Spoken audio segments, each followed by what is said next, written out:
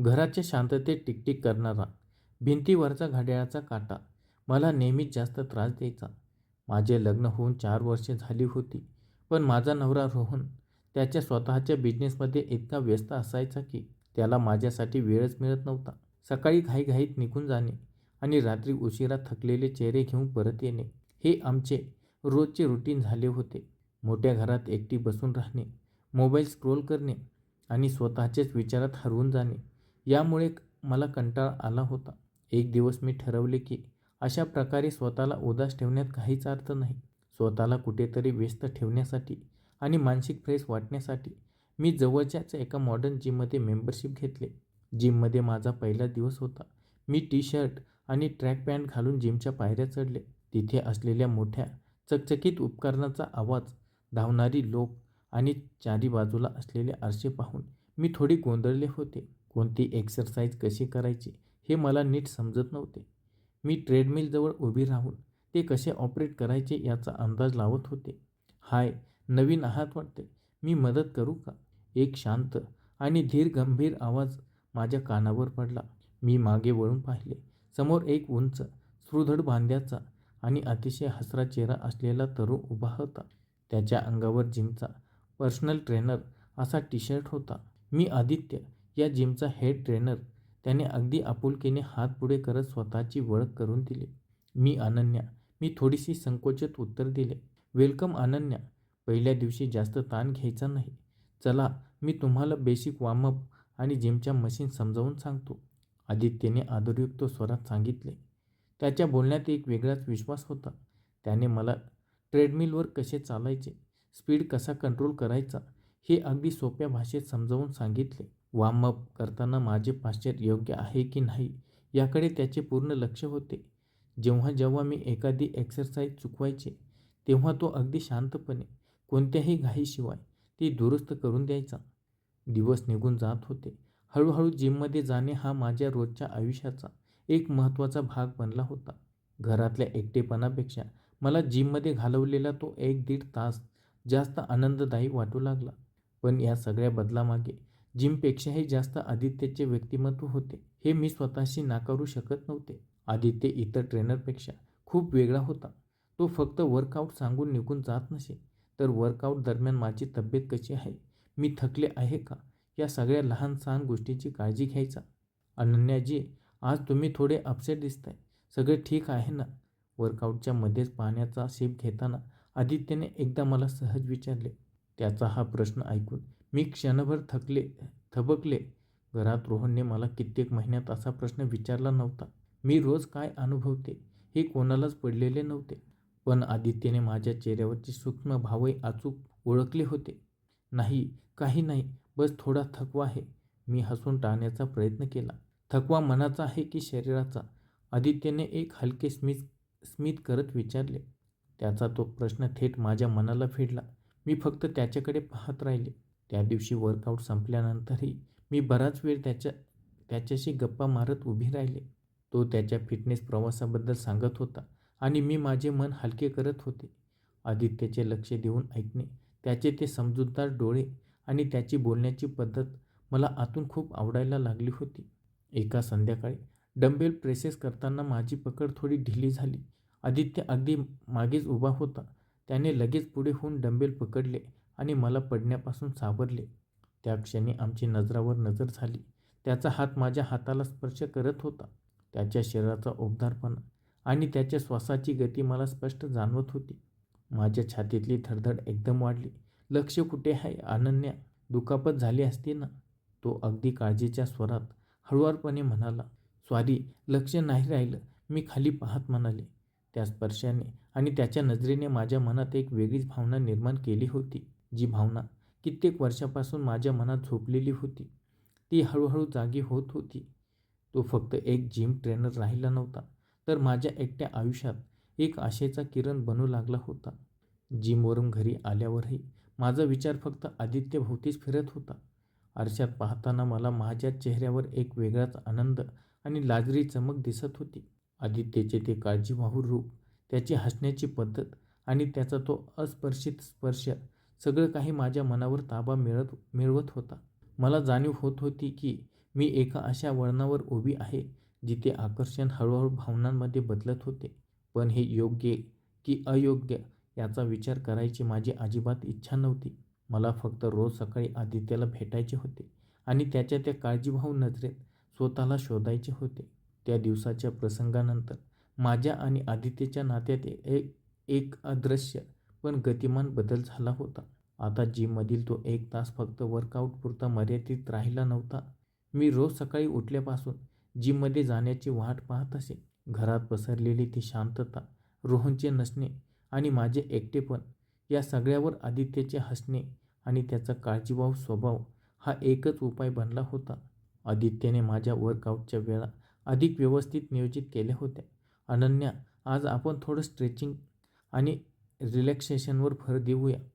मला वाटते तुझ्या मनावर अजूनही ताण आहे, तो सहज म्हणाला. जिमच्या एका कोपऱ्यात असलेल्या मॅटवर बसून जेव्हा मी स्ट्रेचिंग करायचे तेव्हा त्याचे पूर्ण लक्ष माझ्या पाश्चरवर असायचे. त्याने कधीही चुकीच्या पद्धतीने स्पर्श केला नाही.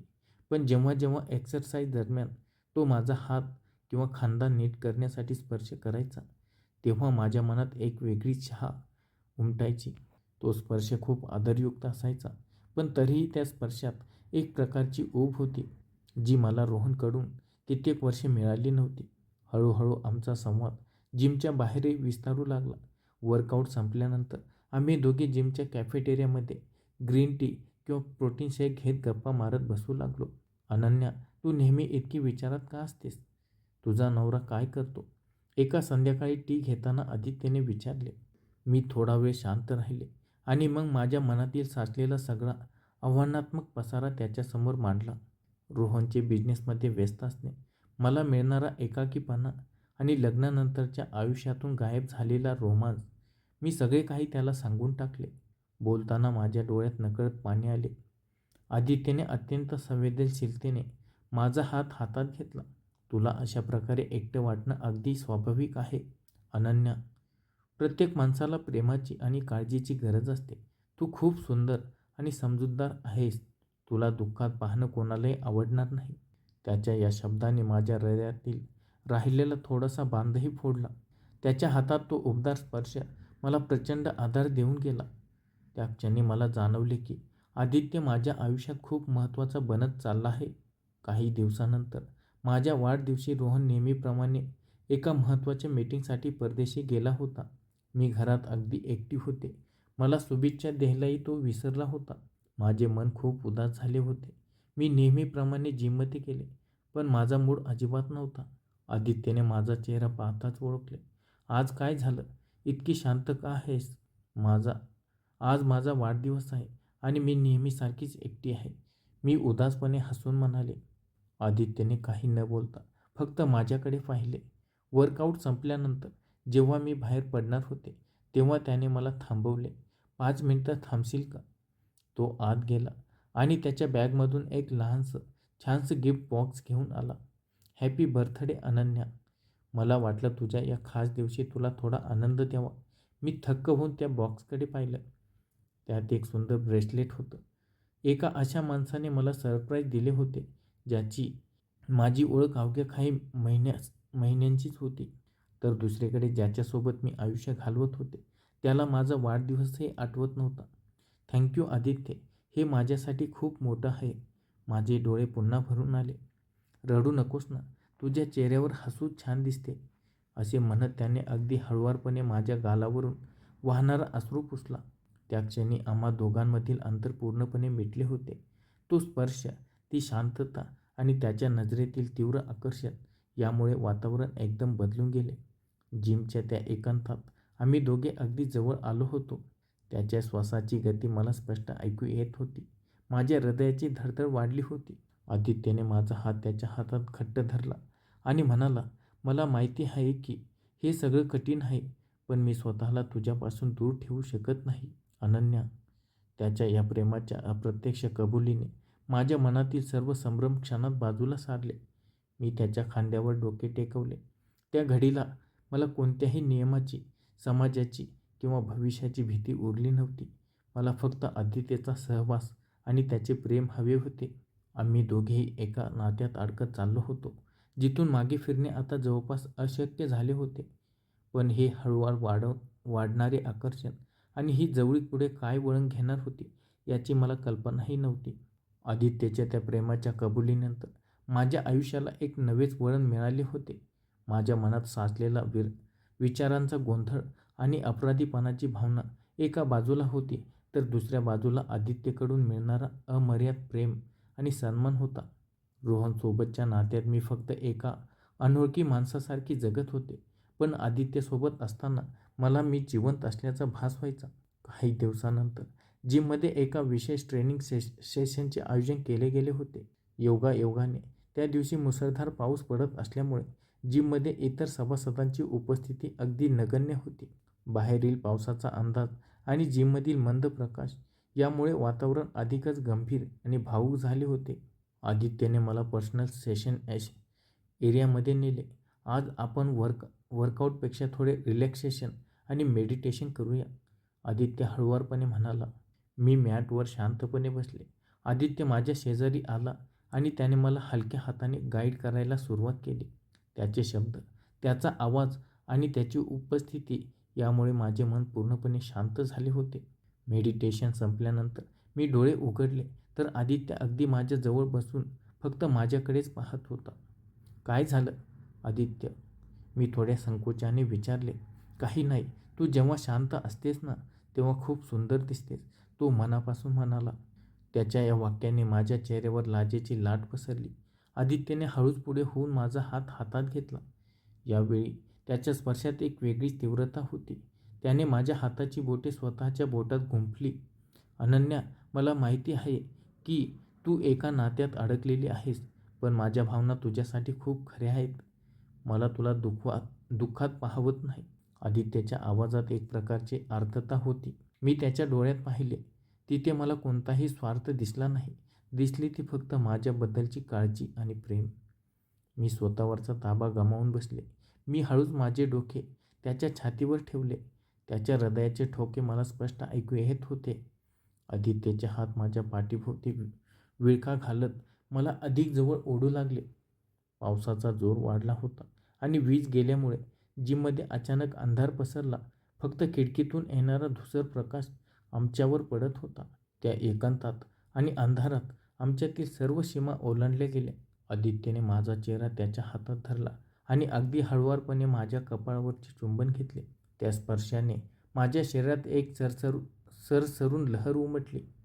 आम्ही दोघे एकमेकांच्या श्वासात हरवून गेलो होतो. त्याच्या हाताचा स्पर्श, त्याची मिठी आणि त्याच्या ओठांची ऊब यामुळे मी माझं एकटेपण, माझे भूतकाळ आणि भविष्यकाळ सगळं काही विसरून गेले होते. ते क्षण अत्यंत तीव्र, भावनिक आणि रोमॅन्टिक होते, पण त्यात एक वेगळा आदर आणि साधेपणा होता. आमच्यातील ती भावनिक जवळीक अधिक गडद झाली होती. काही वेळ आम्ही दोघेही शांतपणे एकमेकांच्या भावपाशात बसून राहिलो. बाहेरील पावसाचा आवाज आणि आमचे शांत श्वास हेच एकमेव संगीत तिथे होते. आदित्य, आपण काय करतोय हे योग्य आहे का? मी त्याच्या मिठीत असतानाच हळूच विचारले. मनात कुठेतरी एका कोपऱ्यात संभ्रम जागा झाला होता. आदित्यने माझा चेहरा वर केला आणि माझ्या डोळ्यात पाहत म्हणाला, जेव्हा भावना खऱ्या असतात तेव्हा काही अयोग्य नसतं अनन्या. तू तुझ्या आयुष्यात आनंदी राहावं एवढीच माझी इच्छा आहे. त्या रात्री जेव्हा मी घरी परतले तेव्हा घराची तीव्र शांतता मला पुन्हा भेडसावू लागली. पण यावेळी माझ्या मनात एकटेपणा नव्हता, तर आदित्यच्या स्पर्शाची आणि प्रेमाची आठवण होती. मात्र सुखाचा हा काळ फार टिकणार नव्हता.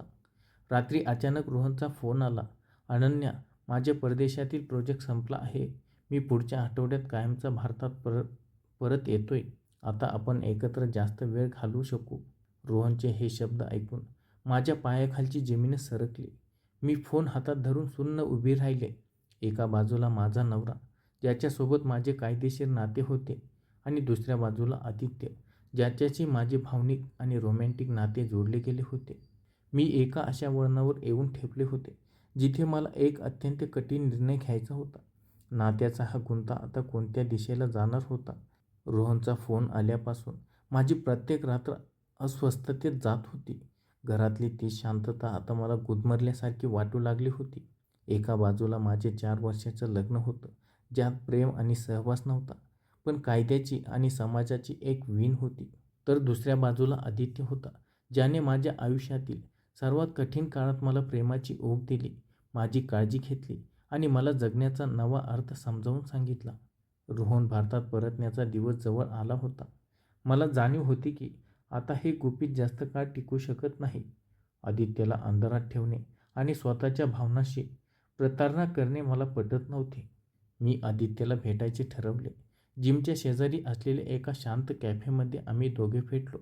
नेहमी हसणारा आदित्य आज माझा गंभीर चेहरा पाहून थोडा चिंताक्रांत दिसत होता. अनन्या, काय झाले? तू गेल्या 2 दिवसापासून खूप शांत आहेस. आदित्यने माझा हात स्वतःच्या हातात घेत विचारले.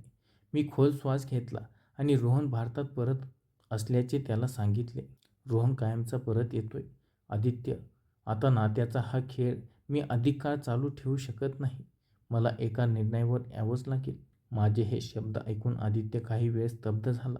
त्याच्या नजरेत एक तीव्र वेदना स्पष्ट दिसत होती. पण त्याने स्वतःवर ताबा मिळवला. त्याने माझा हात अधिक घट्ट पकडला. अनन्या, मी तुझ्यावर मनापासून प्रेम करतो, पण मी तुझ्यावर कधीही कोणताही दबाव टाकणार नाही. तू जो काही निर्णय घेशील त्यात तुझा आनंद असायला हवा. जर तुला रोहनसोबतच्या नात्याला अजून एक संधी द्यायची असेल तर मी तुझ्या आयुष्यातून दूर जायला तयार आहे, जरी मला त्याचा कितीही त्रास झाला तरी. आदित्य अत्यंत प्रामाणिकपणे आणि सद्गदित आवाजात म्हणाला. त्याच्या या उत्तराने माझ्या हृदयाचा ठोका चुकला. स्वार्थी नसलेले त्याचे हे प्रेम पाहून माझ्या मनातील उरला संभ्रमही मिटला. जो माणूस मला इतका समजावून घेतो, माझ्या आनंदाचा विचार स्वतःच्या दुःखापेक्षा जास्त करतो, त्याला सोडून मी एका पोकळ नात्यात पुन्हा अडकू शकत नव्हते. मी ठरवले की आता रोहनशी स्पष्ट बोलायची वेळ आली आहे. 2 दिवसानंतर रोहन घरी आला. आल्या आल्या तो त्याच्या नेहमीच्या बिझनेसच्या गप्पा मारू लागला. पण यावेळी मी गप्प बसले नाही.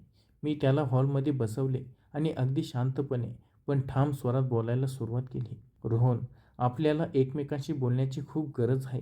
हे लग्न फक्त एका छताखाली राहण्यापुरतं उरलं आहे. ना तुझं माझ्यावर लक्ष आहे, ना आपल्यात कोणती भावनिक देवाणघेवाण उरली आहे. मी या नात्यात गेल्या कित्येक वर्षापासून प्रचंड एकटी पडली आहे. रोहन आधी थोडा आश्चर्याने पाहत राहिला. पण अनन्या, मी हे सगळं आपल्या भविष्यासाठीच करतोय ना. मी तुला सगळं सुख दिलंय, मोठं घर, गाडी, पैसे. मला पैशाची नाही रोहन, मला माणसाची गरज होती. मला तुझ्या वेळेची आणि प्रेमाची गरज होती. पण आपण दोघेही आता खूप पुढे निघून आलो आहोत. आपण एकाच घरात राहूनही एकमेकांपासून हजारो मैल दूर आहोत. मी डोळ्यात अश्रू आणत पण खंबीरपणे म्हटले. आम्ही दोघांनी त्या रात्री खूप वेळ चर्चा केली.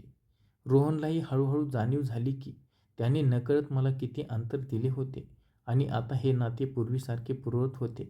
कठीण आहे, परस्पर संमतीने आणि आदराने आम्ही दोघांनी वेगळे होण्याचा म्हणजेच घटस्फोटाचा कठीण पण योग्य निर्णय घेतला. त्या निर्णयामुळे माझा मनावरचा एक प्रचंड मोठा भार हलका झाला होता. मी कोणताही फसवणूक केली नव्हती. मी माझ्या आयुष्याचा ताबा स्वतःच्या हातात घेतला होता. काही महिन्यांचा काळ निघून गेला. घटस्फोटाची कायदेशीर प्रक्रिया पूर्ण झाली.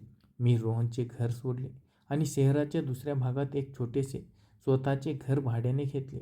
मी एका नवीन जॉबची सुरुवात केली होती आणि स्वतःच्या पायावर उभी राहत होते. पण या संपूर्ण प्रवासात आदित्य एक मजबूत ढाल बनून माझ्या पाठीशी उभा राहिला. त्याने मला कधीही घाई केली नाही, तर मला स्वतः सावरण्यासाठी पूर्ण वेळ दिला. एका सुंदर संध्याकाळी आम्ही दोघे किनाऱ्यावर बसलो होतो. समुद्राच्या लाटा पायांना स्पर्श करत होत्या आणि सूर्यास्त होत होता. आदित्यने माझ्याकडे पाहिले आणि खिशातून एक छोटीशी रिंग काढली. अनन्या, तुझ्या भूतकाळातील दुःखाची सावली मी पुसून टाकू इच्छितो. तुझ्यासोबत आयुष्यभर चालायची माझी इच्छा आहे. तू माझ्याशी लग्न करशील का? त्याच्या डोळ्यात प्रेमाचा आणि विश्वासाचा एक अथांग सागर होता. मी हसत डोळ्यातील आनंदाचे अश्रू पुसत माझा हात त्याच्या हातात दिला. हो आदित्य, तुझ्यासोबत जगण्याची माझी आता खरी सुरुवात होणार आहे. मी त्याच्या खांद्यावर डोके टेकवत म्हणाले. एकटेपणाच्या काळ्याकुट्ट अंधारातून बाहेर पडून मी अखेर माझ्या खऱ्या प्रेमाचा आणि आनंदाचा प्रकाश शोधून काढला होता. आदित्यच्या उबदार मिठीत मला माझे खरे घर सापडले होते. धन्यवाद.